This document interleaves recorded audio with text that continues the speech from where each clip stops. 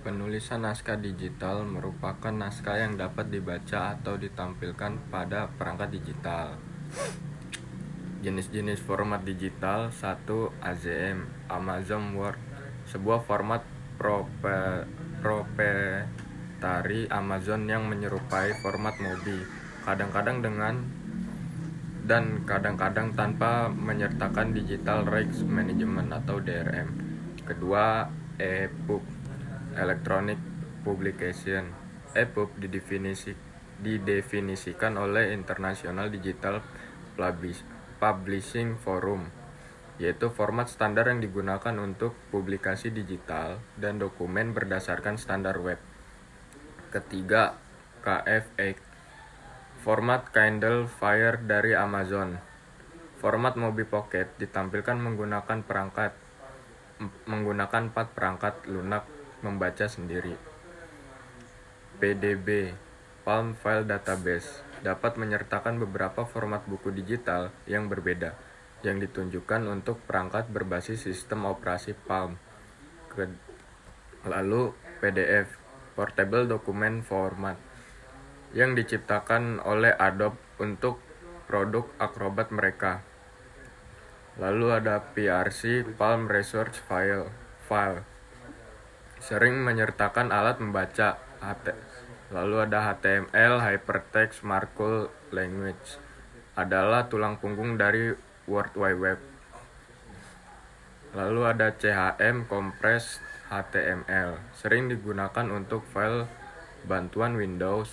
Lalu ada XHTML, versi khusus dari HTML dirancang agar sesuai dengan aturan konstruksi XML. Lalu ada XML juga. XML tujuan umum markup language untuk pertukaran data. Aplikasi pembaca naskah digital. 1 ada laptop, 2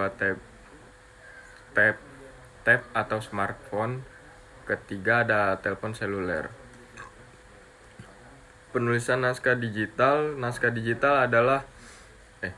digital dan tangan kreatif. Di era digital sekarang, kita disajikan dengan berbagai informasi bahkan hingga overload, dan kita tidak kunjung bosan. Lantas siapa yang bisa melakukan semua itu adalah content creator. Content creator sendiri terdiri dari 2 kata dalam bahasa Inggris, yaitu content yang berarti konten dan creation adalah pembuat. Content creation merupakan suatu karya yang dibuat konten kreator dalam bentuk audio, visual, maupun teks melalui media digital atau internet.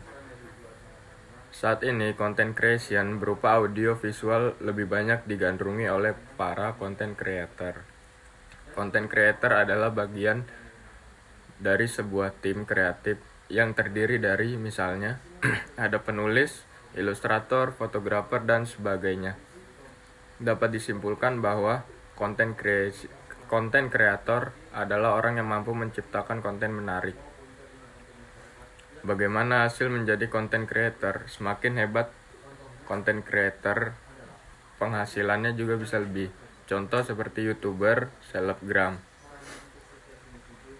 Content creation juga membuat suatu konten baik berupa tulisan, gambar, video, suara, ataupun gabungan dari 2 atau lebih. Pekerjaan yang happening. Content creator, content writer, dan copywriter. Pekerjaan ini merupakan pekerjaan di mana orang-orang akan membuat konten-konten baik itu berupa tulisan maupun gambar, video, suara, ataupun gabungan dari beberapa materi. Content writer merupakan penulis profesional yang dimana tulisan tersebut akan dipublish di internet. Syarat-syaratnya mencakup kemampuan dalam menulis konten. Content writer harus mengetahui apa yang disenangi pembaca, juga kemampuan riset dalam mengolah data. Content writer dengan content creator. Content creator memiliki pekerjaan yang lebih luas dibandingkan content writer. Copywriter memiliki job description yang hampir sama dengan tujuan content writer.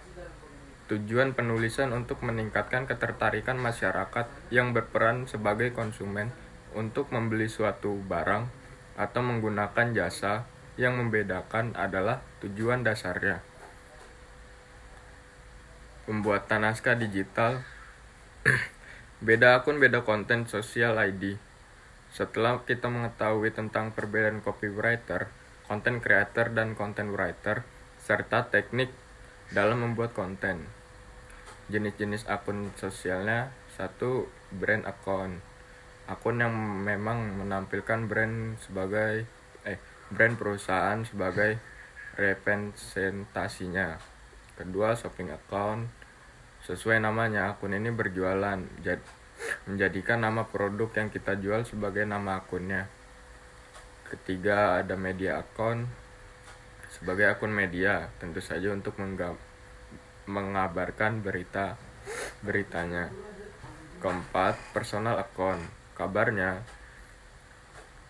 baru masuk kategori keren kalau punya 5.000 follower bagi gender laki-laki, dan untuk gender perempuan punya 10.000 follower.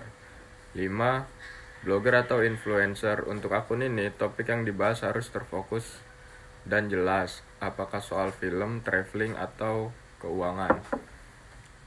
6. Ada community atau hobi account yang non-profit, biasanya terbentuk dari hobi, misalnya komunitas pecinta game atau komunitas pecinta burung, reptil, dan tumbuhan. Ketujuh, portofolio account kita.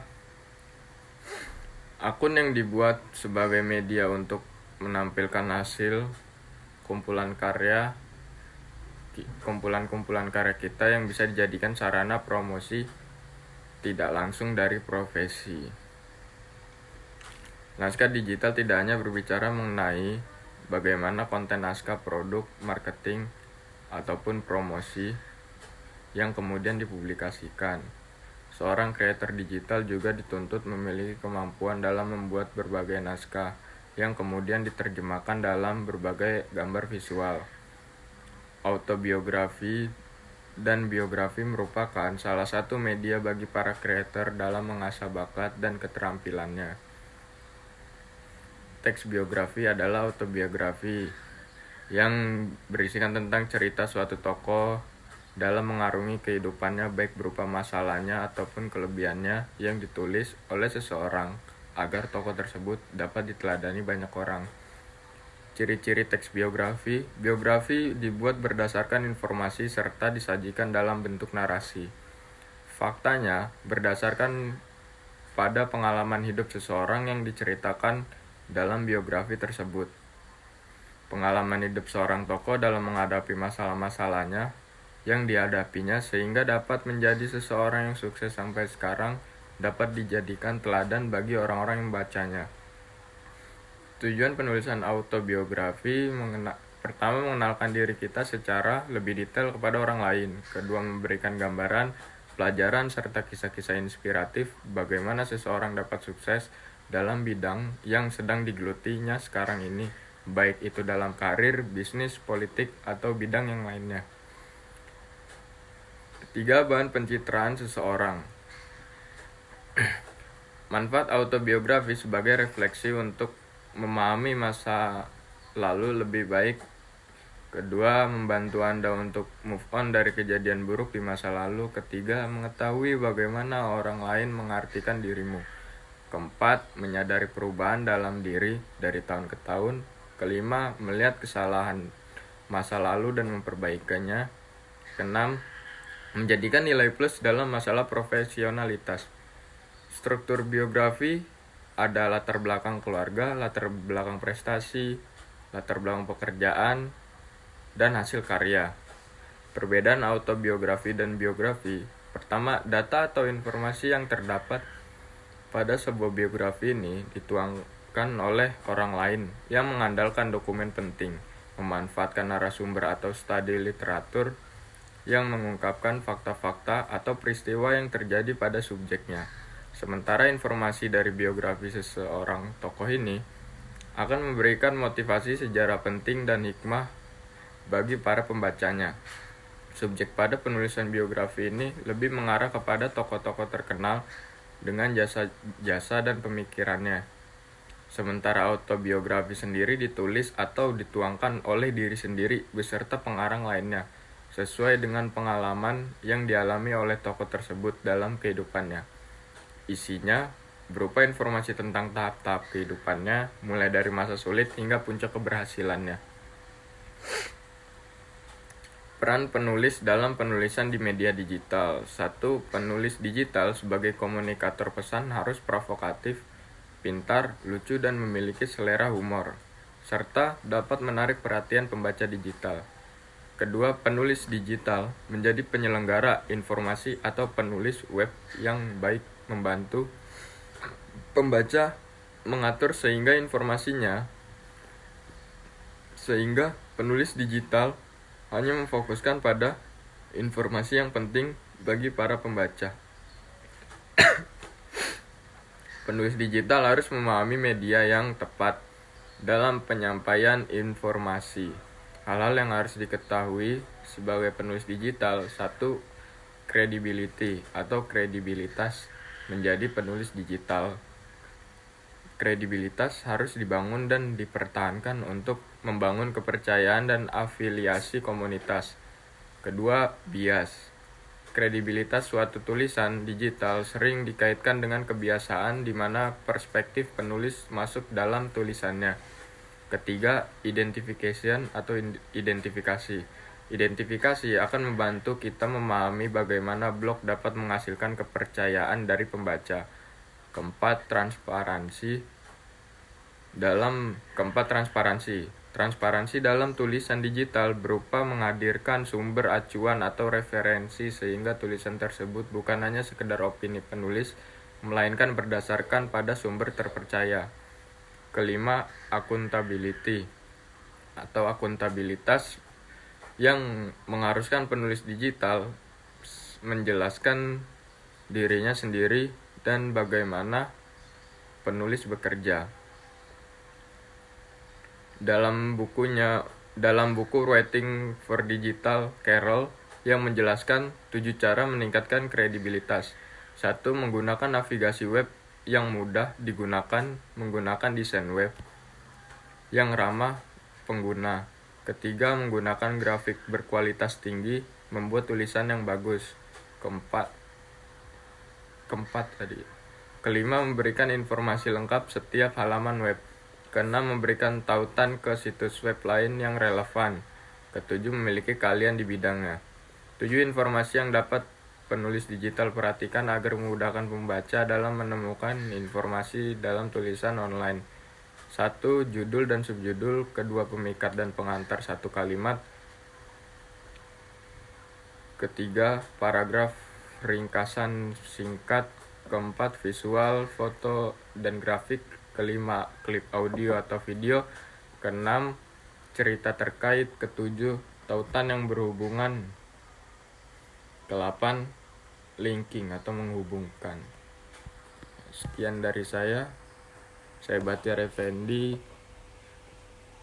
Terima kasih.